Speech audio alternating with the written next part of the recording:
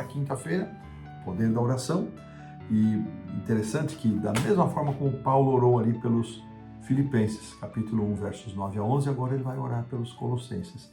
E nesta oração, eu destaquei aqui alguns aspectos, que a lição pergunta que pedidos específicos Paulo fez, versos 9 a 12. Então, primeiro, que transbordeis de pleno conhecimento da sua vontade. Paulo pede que eles transbordem do conhecimento da vontade de Deus. Segundo, para que eles pudessem viver de um modo digno, ou andar, ou viver de um modo digno do Senhor, para seu inteiro agrado.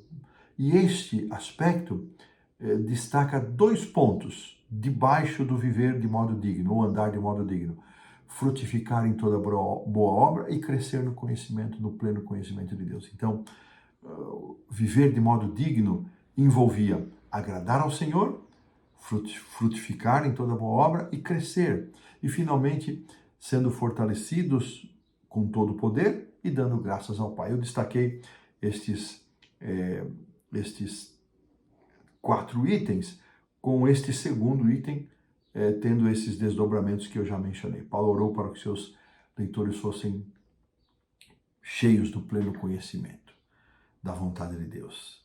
E ele descreveu que conhecer a vontade de Deus como ter sabedoria e discernimento, entendimento espiritual. Olha que interessante, irmãos, que conhecimento, sabedoria, né? Aqui estão colocados juntos este conhecimento e esta sabedoria, esse entendimento espiritual. Então, o conhecimento, ele não é só intelectual, não está só no plano do intelecto, ele extravasa, ele vai além, ele produz resultados. Tem muita gente com pouca escolaridade, de grande sabedoria prática, e muita gente com títulos que não são sábias, que não têm discernimento, não agem com sabedoria, não é? E aqui o autor faz uma transversalidade. Ele diz, muitas vezes nós perguntamos, porque ele fala do conhecimento da vontade de Deus. E muitas vezes nós estamos em situações que nós oramos e perguntamos, Senhor, qual é a sua vontade para mim? Então o autor dá 4 dicas muito interessantes para... Então vamos fazer aqui uma transversalidade, vamos ir e voltar nesse assunto, abrir um parênteses, vamos fechá-lo. Qual é a vontade de Deus para a minha vida em determinadas circunstâncias, quando eu preciso tomar uma decisão, quando eu quero buscar a Deus? Então, 4 aspectos que o autor destaca. Primeiro, a direção do Espírito Santo. O Espírito Santo nos conduz, ele nos guia, ele nos dirige. Segundo, a palavra de Deus, né, irmãos? Eu não vou orar se eu devo fazer alguma coisa material ou própria no dia do sábado, se a Bíblia já me disse que esse dia é um dia reservado ao Senhor. Então a palavra de Deus é uma fonte reveladora da vontade de Deus. Mesmo assim, guiados pelo Espírito de Deus, tendo a palavra de Deus como orientadora, nem sempre eu vou encontrar aspectos específicos nos quais eu estou envolvido. Por exemplo, devo casar com essa pessoa? Não vou abrir a Bíblia e lá vou dizer, case-se com fulana ou case com fulano, não é isso. Mas a Bíblia contém princípios para um casamento.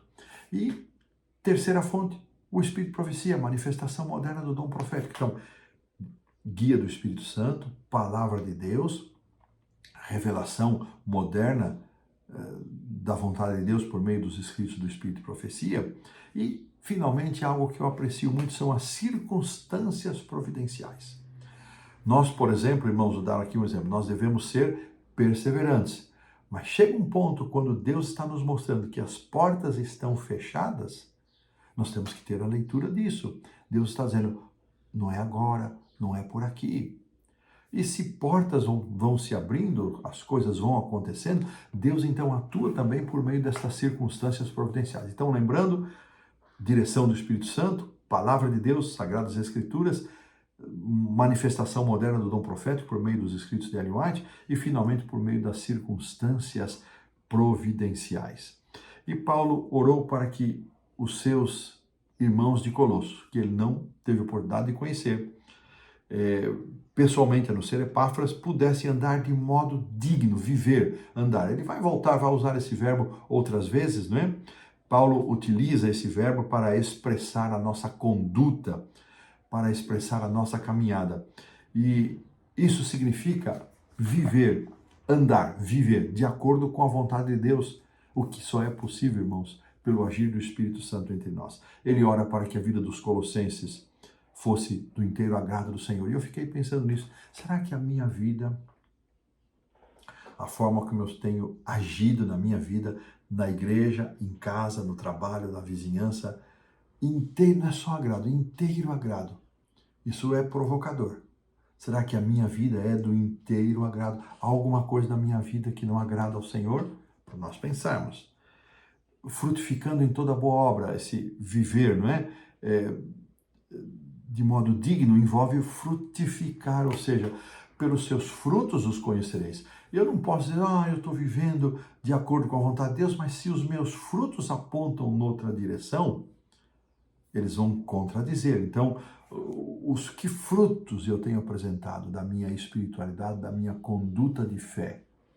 Será que eu estou frutificando o fruto do Espírito com aquelas 9 manifestações ali de Gálatas? Segundo aspecto, crescendo no conhecimento, crescendo no conhecimento. A vida do cristão tem que ser de um contínuo crescimento do conhecimento que produz salvação. Irmãos, esse conhecimento é um conhecimento prático, lembremos sempre disso. Eu preciso ser hoje melhor do que eu fui ontem. Nossa natureza é ruim, é pecaminosa. Deixada a si mesma, ela só leva para coisa ruim.